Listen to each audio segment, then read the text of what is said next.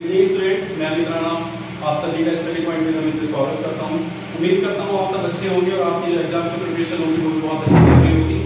आपके एग्जाम जो भी नज़दीक है तो आप इस समय अपना 100% बहुत अच्छे से तैयारी कर रहे होंगे और उम्मीद करता हूँ अच्छे से समझ भी रहे होंगे सारी चीज़ें। आप लोगों को जो भी कोई समस्या आ रही हो, ठीक है, तो आप बता सकते हैं। देखिए, बीएड फर्स्ट ईयर या बीएड सेकंड ईयर में कुछ टीचिंग सब्जेक्ट से रिलेटेड क्वेश्चन होते हैं। इस तरह टीचिंग सब्जेक्ट के लिए आप वीडियो नहीं बना रहे। देखिए, टीचिंग सब्जेक्ट में ऐसा कुछ समझाने वाला नहीं है। होता क्या है, जैसे आप टीचिंग ऑफ इंग्लिश में है सपोज दैट, तो उसमें क्वेश्चन ये आएंगे कि आपके लिटरेचर क्या है, ड्रामा क्या है, पोएट्री क्या है, ग्रामर क्या है, ठीक है, एक लेसन प्लान आएगा। तो अगर आपने ये सारी चीजें तैयार कर ली, सपोज दैट लिटरेचर क्या है, ड्रामा क्या है, ग्रामर क्या है और एक लेसन प्लान तैयार कर ले, तो दो लॉन्ग क्वेश्चन आपके यही तैयार हो जाते हैं, ठीक है। तो उसमें कोई भी सब्जेक्ट हो, सामाजिक विज्ञान क्या है, सामाजिक अध्ययन क्या है, इतिहास क्या है, भूगोल क्या है, ये सारे क्वेश्चन हैं। तो उसको आप थियोरेटिकल करके अपने आप समझ सकते हो, वहाँ पढ़ाने वाली चीजें कुछ कम है। देखिए, आज हम एक नया सब्जेक्ट स्टार्ट करने जा रहे हैं बीएड फर्स्ट ईयर के लिए। कौन सा? क्या बोलते हैं उसको, कंटेम्परेरी, ठीक है, समकालीन भारतीय समाज में शिक्षा, ठीक है। तो उसमें हमारा टॉपिक होगा वो वैदिक काल होगा। सबसे पहली यूनिट आपकी शिक्षा है, ठीक है। शिक्षा मैंने कई बार पढ़ा दी है, कई वीडियो पढ़ी है, आप देख लीजिएगा उनको। शिक्षा में एक लॉन्ग क्वेश्चन 101% आएगा, एक शॉर्ट क्वेश्चन 101% आना ही आना है, ठीक है। चलिए देखिए, वैदिक काल को हम स्टार्ट करते हैं। वैदिक काल, मध्यकाल और मध्यकाल मतलब मुस्लिम काल और बौद्ध काल। यहाँ से एक क्वेश्चन लॉन्ग में आ जाए या शॉर्ट में आ जाए, 101% आना ही आना होगा, ठीक है। चलिए देखिए, वैदिक काल। वैदिक काल को हम कई नाम से जानते हैं, जैसे एक तो ये हो जाएगा वैदिक काल, वैदिक काल कालीन शिक्षा, ठीक है। दूसरा हो जाएगा गुरुकुल प्रणाली शिक्षा, ठीक है। तीसरा हो जाएगा प्राचीन कालीन शिक्षा, ठीक है। जरूरी नहीं कि आपसे कोई भी हो, या ब्राह्मण कालीन शिक्षा भी इसको कह सकते हैं, ठीक है।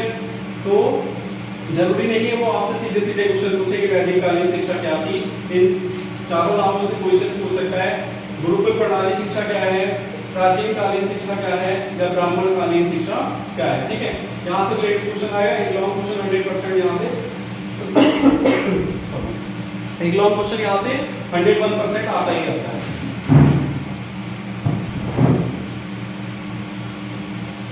देखिए, सबसे पहले हम बात करें इसके काल की, तो ये 2500 बीसी से 500 बीसी तक चला था, ठीक है।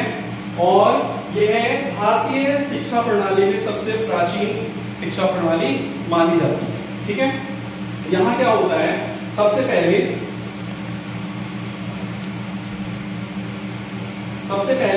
देखिए, मैं आपको थ्योरी तो करा नहीं रहा, लेकिन स्टेप बाय स्टेप आपको समझाने की कोशिश कर रहा हूँ। जितने भी मुख्य स्टेप होंगे इनको आप नोट डाउन करते रहिए, यही आपकी एग्जाम में हेडिंग्स बन जाएंगी। हेडिंग्स जब बन जाएंगी तो इन्हीं को आप डिटेल में लिख लेना। सबसे पहले होता क्या है, उपनयन संस्कार, ठीक है, उपनयन संस्कार। इससे भी पहले क्या होता है, वैदिक कालीन शिक्षा या गुरुकुल प्रणाली शिक्षा को आप क्या करेंगे, हेडिंग डाल देंगे, ठीक है। हेडिंग डाल के आप उसमें क्या करेंगे, डिटेल लिखेंगे कि हमारे भारतीय समाज की या भारतीय इतिहास की सबसे प्राचीन शिक्षा प्रणाली है। इस शिक्षा प्रणाली में हम क्या हुआ कि बालक के या हमारे समाज के एक नए समाजीकरण के लिए, एक नए विकास के लिए अग्रसित करके तैयार किया जाता था किसको, बालक को, ठीक है। अब होता क्या था यहाँ, सबसे पहले उपनयन संस्कार। ये उपनयन संस्कार क्या होता है, उपनयन संस्कार ये होता है कि जैसे आज के समय में बोर्डिंग स्कूल होते हैं, ठीक है, या जहां हॉस्टल होते हैं, या जो आज भी गुरुकुल प्रणाली में चल रही है जो एजुकेशन व्यवस्था, वो मान लीजिए आप। तो होता क्या है, जैसे हम छोटे बच्चे को किसी ले जाते हैं एडमिशन के लिए, ठीक है, तो उसका एक प्री टेस्ट होता है, समझ रहे हो, एक टेस्ट होता है, चाहे तो क्या बोलते हैं एडमिशन लेने के लिए टेस्ट हो जाए, ठीक है, या फिर उसका एक जो पूर्व ज्ञान है उसको जानने के लिए एक टेस्ट होता है। तो यहाँ क्या है, सबसे पहले उपनयन संस्कार होता था। उपनयन संस्कार में मतलब, उपनयन क्या है, उपनयन का मतलब है समीप ले जाना या पास ले जाना।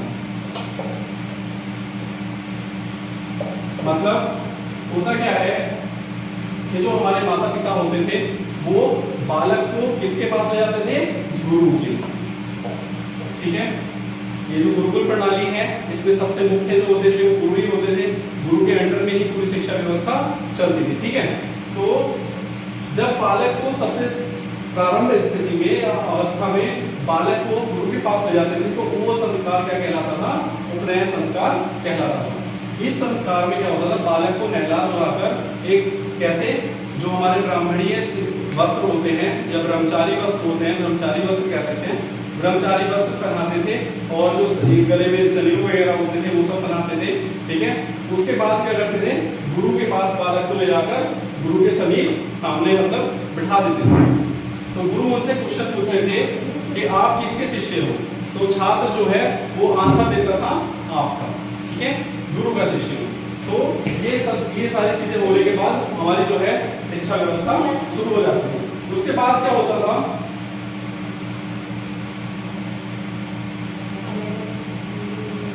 ये जो संस्कार है, कभी कभी क्वेश्चन आता है कि ये संस्कार कितने वर्ष में होता है? तो यहाँ पर हमारा क्वेश्चन बनेगा ब्राह्मणों के लिए या ब्राह्मण बच्चे के लिए और क्षत्रिय बच्चे के लिए और वैश्य के लिए। इस काल में शूद्रों के लिए शिक्षा का कहीं उल्लेख ज्यादातर नहीं है। ठीक है, तो ब्राह्मण काल में क्या होता था? यहाँ पर 10 वर्ष के छात्र को 10 वर्ष के नहीं 8 वर्ष के छात्र को प्रवेश मिलता था और क्षत्रिय को 10 वर्ष में मिलता था। ठीक है, और वैश्य को 12 वर्ष में। ठीक है, वैश्य को 12 वर्ष की उम्र में यह संस्कार कराया जाता था। मतलब उपनयन संस्कार में ब्राह्मण कालीन शिक्षा या ब्राह्मण के जो बच्चे होते थे, बालक होते थे ब्राह्मण वर्ण के, तो वो 8 वर्ष में अपना संस्कार करा सकते थे। क्षत्रिय समाज के 10 वर्ष में और वैश्य समाज में 12 वर्ष में। ठीक है, यहाँ पर यह संस्कार इनका हो जाया करता था। इसके बाद क्या होता था? नेक्स्ट जो हेडिंग बनेगी वो क्या बनेगी? गुरुकुल। गुरुकुल की स्थिति मतलब गुरुकुल जहां भी व्यवस्थित होता था या जहां भी बनता था, कहां होता था? पहले भीड़ भड़ाके या शहर वाले क्षेत्रों में या ग्रामीण क्षेत्रों में गुरुकुल नहीं होते थे। गुरुकुल एक शांत जगह में, जंगल में या किसी नदी के किनारे या किसी झरने के किनारे होते थे। ठीक है, वहां पर क्या होता था? गुरुकुल में शिक्षा प्रणाली हमारी चलती थी। ठीक है, छात्र भी वहीं रहते थे और गुरु भी वहीं रहते थे। तो ये होगी आपकी स्थिति। इसके बाद क्या है हमारा? गुरुकुल के प्रकार। गुरुकुल के प्रकार में हमारी ये कितने 5 प्रकार के हैं। सबसे पहले तोल, दूसरा घटिका, तीसरा चरण और फोर्थ है हमारा चतुष्पदी।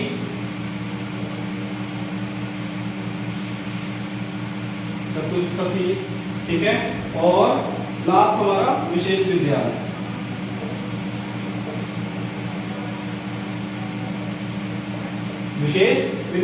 ये 5 प्रकार के हमारे जो होते थे उस समय गुरुकुल होते थे। तो टोल में क्या होता था? टोल में हमारा भाषा व साहित्य, ये 2 चीजें ज्यादा पढ़ाई जाती थी। ठीक है, घटिका में क्या होता था? ये दोनों चीजें तो पढ़ाई जाती थी, धार्मिक मतलब धर्म से रिलेटेड, ठीक है, या फिर दर्शन से रिलेटेड या नीति शास्त्र। ठीक है, की शिक्षा दी जाती थी। अब चरण में क्या होता था? चरण में एक वेद या किसी वेद का एक कोई पाठ, ठीक है, यहाँ पर होता था।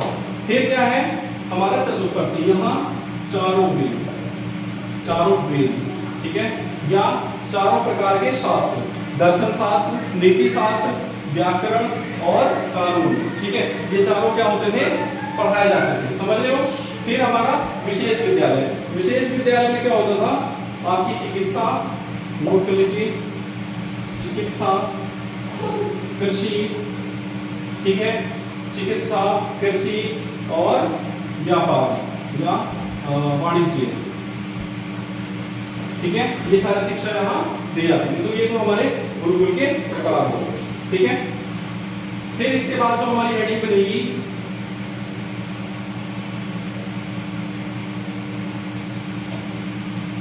फिर हेडिंग बनेगी हमारी गुरुकुल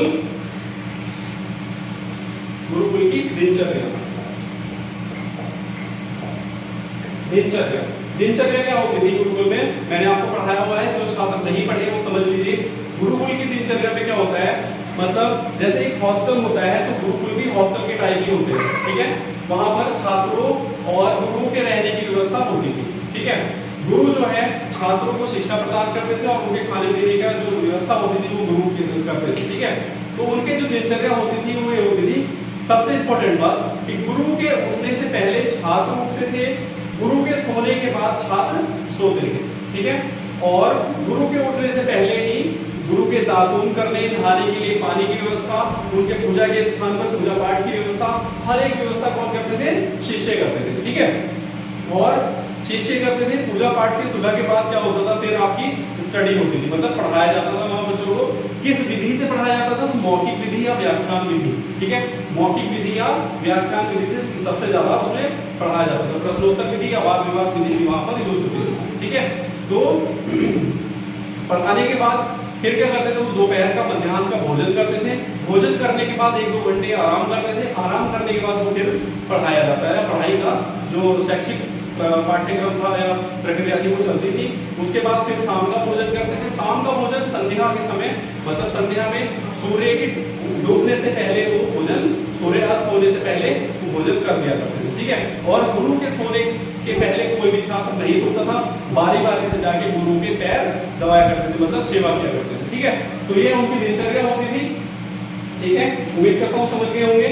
इसके बाद क्या है, परीक्षाएं।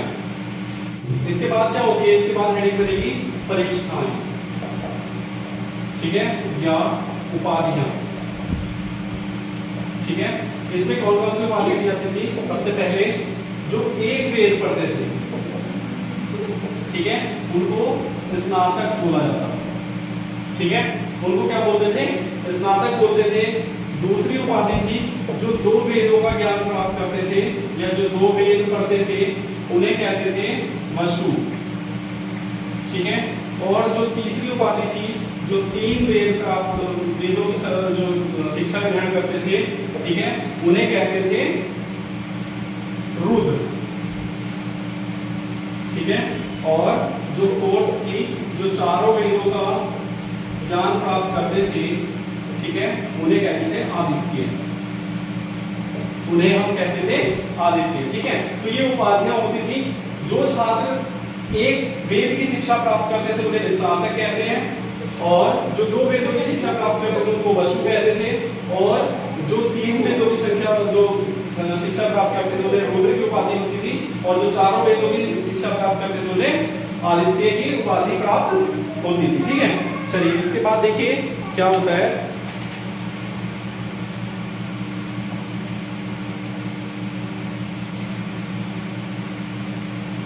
इसके बाद होता है समावर्तन संस्कार। समावर्तन संस्कार, ठीक है। उपनयन संस्कार के बाद यहाँ हमारा होता है समावर्तन संस्कार। समावर्तन संस्कार में क्या होता था, समावर्तन का जो अर्थ होता है वो होता है घर लौटना। घर लौटना मतलब गुरुकुल से घर वापसी, ठीक है। तो जो समावर्तन संस्कार होता था, जो छात्र 1 वेद या 2 वेद या 3 वेदों की शिक्षा प्राप्त करके घर जाना प्राप्त करना चाहते थे, ठीक है, अपने गृहस्थ जीवन या गृहस्थ दिनचर्या को अपनाना चाहते थे, तो उनके लिए समावर्तन संस्कार होता था, ठीक है। समावर्तन संस्कार में भी यज्ञ वगैरह करके छात्र को बिठा के उसको सारी चीजें और उसको नियम समझाए जाते थे कि आपको क्या करना है, कैसे करना है गृहस्थ जीवन में और समाज के लिए, और छात्रों की जो अपनी शिक्षा है, ज्ञान है, उनको लोगों को बांटते रहना है, ठीक है। तो ये होता था। इसके बाद हमारे क्या है, गुरुकुल शिक्षा प्रणाली में समाज को 4 वर्णों में बांटा है, ठीक है। एक ब्राह्मण, ठीक है, दूसरा क्षत्रिय, तीसरा वैश्य, और 4th शूद्र, ठीक है। 4th जो था वो शूद्र था। शूद्रों को क्या था, शूद्रों को यहाँ शिक्षा प्राप्त करने का अधिकार नहीं था। कुछ बुक में दिया हुआ है, कुछ में नहीं दिया हुआ है, लेकिन मान्यता ये है कि शूद्रों को शिक्षा प्राप्त करने का अधिकार नहीं था, क्योंकि समावर्तन संस्कार केवल ब्राह्मण, क्षत्रिय और वैश्य ही करते थे। ठीक है, तो यहाँ पर क्या है, वर्णों को यानी समाज को 4 वर्णों में बांटा है, ब्राह्मण, क्षत्रिय, वैश्य और शूद्र। ठीक है, चारों को मैंने समझा दिया आपको।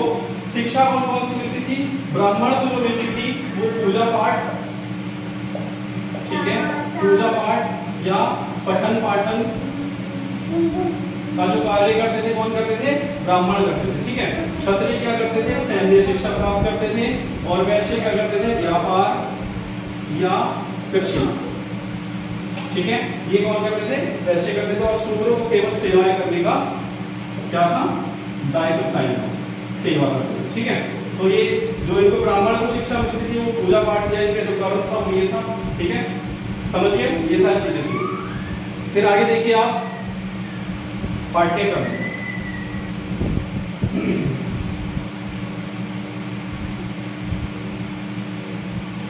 ये जो पाठ्यक्रम है इसमें आप बहुत अच्छे से हेडिंग बना सकते हैं, बहुत सारी चीजें जोड़ सकते हैं। मैं बता रहा हूँ आपको। पाठ्यक्रम में देखिए, पाठ्यक्रम में क्या, यहाँ चिकित्सा शिक्षा दी जाती थी, सैन्य शिक्षा दी जाती थी, कृषि शिक्षा दी जाती थी, व्यापारिक वाणिज्य से संबंधित शिक्षा दी जाती थी। ठीक है, और पूजा पाठ के लिए यज्ञ की शिक्षा दी जाती थी, वेदों की शिक्षा दी जाती थी, पुराण की और हर चीज की, मतलब शास्त्रों की शिक्षा दी जाती थी, नीति शास्त्र की शिक्षा दी जाती थी। तो पाठ्यक्रम बहुत बड़ा था। ठीक है, अब होता क्या है, वेद कितने हैं, 4, ऋग्वेद, ठीक है, ऋग्वेद, सामवेद, यजुर्वेद, ठीक है, यजुर्वेद, उसके बाद हमारा अथर्ववेद,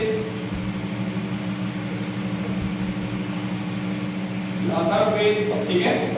इसमें क्या होता था, जो हमारा ऋग्वेद है यहाँ मंत्र और पूजा पाठ वाली शिक्षा दी जाती थी।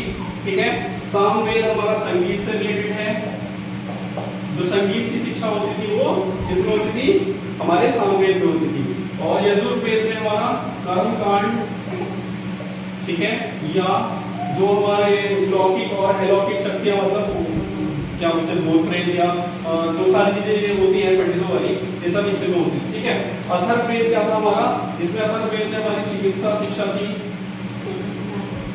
चिकित्सा, कृषि, ठीक है, ये सारी शिक्षा, कला कौशल या उद्योग से रिलेटेड कौन था, अथर्ववेद में हमारी शिक्षा थी। ठीक है, अब आ जाते हैं क्लास में क्या कि वैदिक कालीन शिक्षा के गुण और दोष। ठीक है, गुण और दोष आप खुद बना के लिख सकते हो। गुण कौन कौन से थे, ठीक है, गुण कौन कौन से थे, एक निःशुल्क शिक्षा थी, ठीक है, दूसरा निःशुल्क शिक्षा थी, शिक्षण विधियां अच्छी थी, शिक्षण विधियां, ठीक है, गुरु शिष्य संबंध अच्छे थे, ठीक है, पाठ्यचर्या अच्छी थी, पाठ्यचर्या अच्छी थी। और दोष में क्या आएगा, अनुशासन ज्यादा कठिन था, कठोर अनुशासन था, रटने पर अधिक बल दिया जाता था, और स्त्री शिक्षा या जन सामान्य की शिक्षा का पूर्णतः अधिकार नहीं था। ठीक है, ये सारी चीजें आपको समझ में आ गई। वैदिक कालीन से एक लॉन्ग क्वेश्चन बहुत आराम से आप बना के लिख सकते हो, अच्छे से याद करके टॉपिक को समझ के लिख सकते हो। ठीक है, उम्मीद करता हूँ आपको ये टॉपिक समझ में आया होगा, और आपसे रिक्वेस्ट करूंगा कि आप चैनल को लाइक कीजिएगा, शेयर कीजिएगा और सब्सक्राइब कीजिएगा। ठीक है, बहुत ज्यादा इस परिवार की संख्या को बढ़ाते रहिए। आने वाले समय में हम बहुत उज्जवल भविष्य के साथ आपके साथ रहेंगे हमेशा। आप सब इस परिवार के सदस्य हैं। हम जल्दी ही यूपी टेट और जो दूसरी चीजें हैं उनके लिए हम आपकी जो क्लासें हैं वो स्टार्ट करेंगे। सबसे पहले आप अपने एग्जाम पे फोकस कीजिए, हम उसी के लिए आपकी तैयारी करेंगे। ठीक है, थैंक यू।